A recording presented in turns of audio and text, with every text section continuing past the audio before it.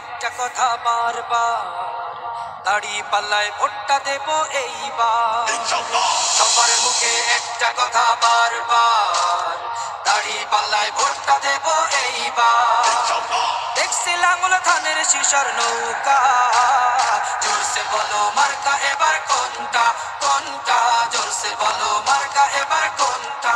দাড়ি পাল্লা তোমার মার্কা, দাড়ি পাল্লা আমার মার্কা, দাড়ি পাল্লা শফিক ভাইয়ের দাড়ি পাল্লা, পরোয়ার ভাইয়ের দাড়ি পাল্লা, বুলবুল ভাইয়ের দাড়ি পাল্লা, মাসুদ ভাইয়ের দাড়ি পাল্লা, মান্নান ভাইয়ের দাড়ি পাল্লা, কামাল ভাইয়ের দাড়ি পাল্লা, জব্বার ভাইয়ের দাড়ি পাল্লা। দেখছি লাঙ্গল ধানের শিশর নৌকা, জোরসে বলো মার্কা এবার কোনটা কোনটা, জোরসে বলো মার্কা এবার কোনটা, জোরসে বলো মার্কা এবার কোনটা কোনটা, জোরসে বলো মার্কা এবার কোনটা।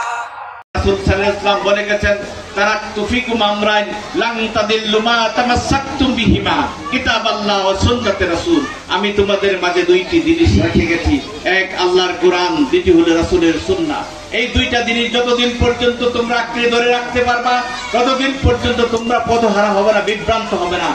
আসুন ভাই, সব বাংলাদেশ জামাত ইসলামী মনে করে যে এই দুইটা জিনিসের ভিত্তিতে এই সমাজ থেকে দুর্নীতি, অপশাসন, অবিচার, রাহাজানি সবকিছু দূর করা সম্ভব তাদের পক্ষে, যারা কোরআন এবং হাদিসকে বুকে ধারণ করে কাজ করে যাচ্ছি।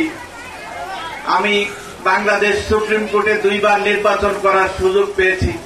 নির্বাচনী প্রচারণা চলাকালে এখন যে মানবতা বিরোধী অপরাধের মামলা চলতেছে, প্রিয় ভাইয়েরা, এইবারের জাতীয় নির্বাচনে বাংলাদেশ জামাত ইসলামী যাদেরকে মনোনীত করেছে, যাদেরকে এমপি নির্বাচন করার জন্য প্রেরণ করেছে, আপনাদের সামনে উপস্থিত করেছে একদল সহযোগ্য লোক।